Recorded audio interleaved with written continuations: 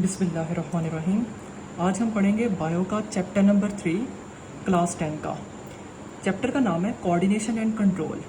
Coordination का मतलब होता है कि आपके बॉडी के जितने भी ऑर्गन्स हैं किसी भी ऑर्गेनिज्म के, उन सब का आपस में लिंक होके काम करना। ठीक है। कोऑर्डिनेशन की डेफिनेशन लिखी हुई है, working together of various organs in proper manner to produce reaction.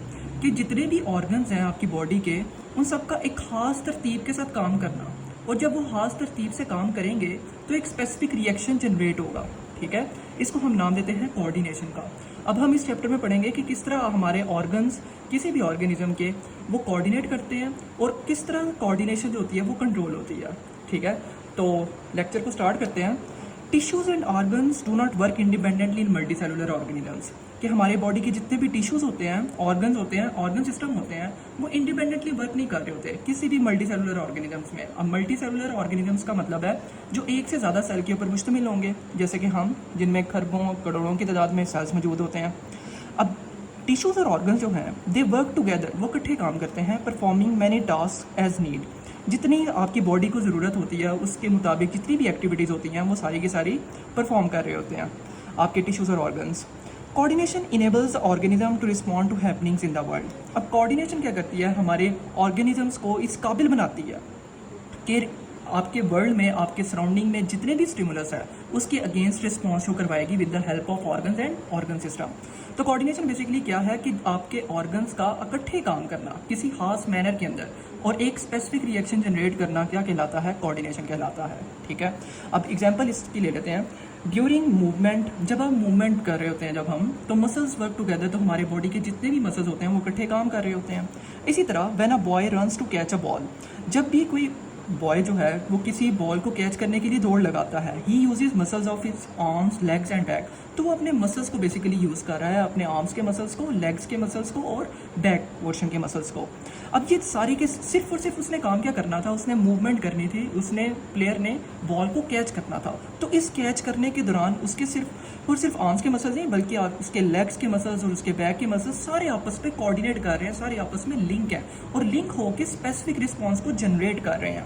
तो ड्यू टू दिस कोऑर्डिनेशन, इस कोऑर्डिनेशन के मुताबिक जो मसल्स क्या कर रहे होंगे, उसके कॉन्ट्रैक्ट कर रहे होंगे। स्पेसिफिक टाइम पीरियड पे मसल्स कॉन्ट्रैक्ट भी करेंगे और स्पेसिफिक टाइम पीरियड पे मसल्स रिलैक्स भी करेंगे। अदर काइंड ऑफ कोऑर्डिनेशन, सिर्फ और सिर्फ ऐसे नहीं होगा कि आपकी बॉडी के सिर्फ मसल्स काम कर रहे हैं, बल्कि कैच करने के दौरान उसका जो ब्रीथिंग रेट है, हार्ट बीट रेट है, वो क्या हो जाएगा, इंक्रीज हो जाएगा। इसी तरह जो ब्लड प्रेशर होगा वो भी मेंटेन होगा और जो हीट है वो बॉडी से तेजी से रिमूव होना शुरू हो जाएगी। जैसे ही कोई प्लेयर कैच करने के लिए बॉल को आगे की तरफ भागेगा तो हीट जनरेट होगी, स्वेट ग्लैंड्स एक्टिवेट होंगे, तो हीट भी प्रोड्यूस होगी और हीट तेजी से रिमूव होना शुरू हो जाएगी। ठीक है। तो कोऑर्डिनेशन बेसिकली क्या है, आपके ऑर्गन्स का इकट्ठे काम करना और एक है स्पेसिफिक रिएक्शन जनरेट करना, कोऑर्डिनेशन कहलाता है। और हमारी बॉडी में जितने भी ऑर्गन्स होते हैं, ऑर्गन सिस्टम होते हैं, वो इंडिपेंडेंटली वर्क नहीं कर रहे होते। अच्छा, जब कोऑर्डिनेशन होती है तो हमारी पूरी की पूरी बॉडी एक सिंगल यूनिट के तौर पर एक्ट करती है। इसका मतलब ये है कि अगर जिस्म की किसी एक हिस्से में तकलीफ होती है तो पूरा जिस्म उस तकलीफ को महसूस करता है, यानी बॉडी कोऑर्डिनेशन के दौरान एक सिंगल यूनिट के तौर पर काम कर रही होगी।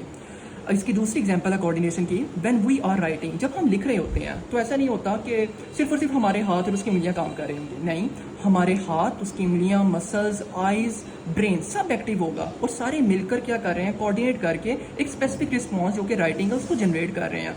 तो राइटिंग के दौरान, लिखने के दौरान आपके हाथ भी काम कर रहे होते हैं, उंगलियां भी काम कर रही होती हैं, आपकी आंखें भी काम कर रही होती हैं और आपका ब्रेन भी काम कर रहा होता है। ये सारी चीज़ें, आपके जितने भी ऑर्गन्स और ऑर्गन सिस्टम्स हैं, ये सारे के सारे कोऑर्डिनेट करते हैं और कोऑर्डिनेट करके एक स्पेसिफिक रिस्पॉन्स जनरेट करते हैं। इसी को हम कोऑर्डिनेशन कहते हैं। ठीक है।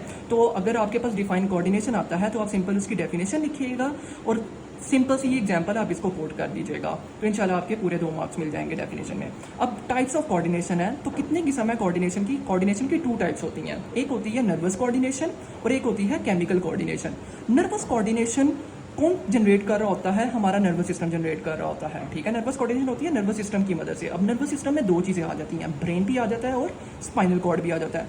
और केमिकल कोऑर्डिनेशन किसकी मदद से होती है, एंडोक्राइन सिस्टम की मदद से होती है। और एंडोक्राइन सिस्टम में आ जाते हैं हमारे ग्लैंड्स और हार्मोन्स आ जाते हैं।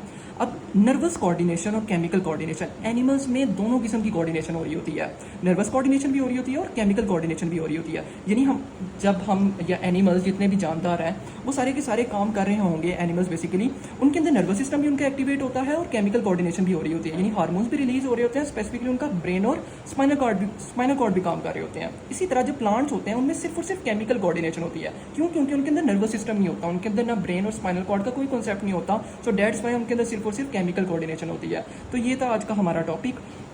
उम्मीद है आपको समझ में आ जाएगा। अगर आपके पास कोई क्वेश्चन है तो आप सिंपली कमेंट सेक्शन में पूछ सकते हैं। Thank you. अल्लाह हाफिज़।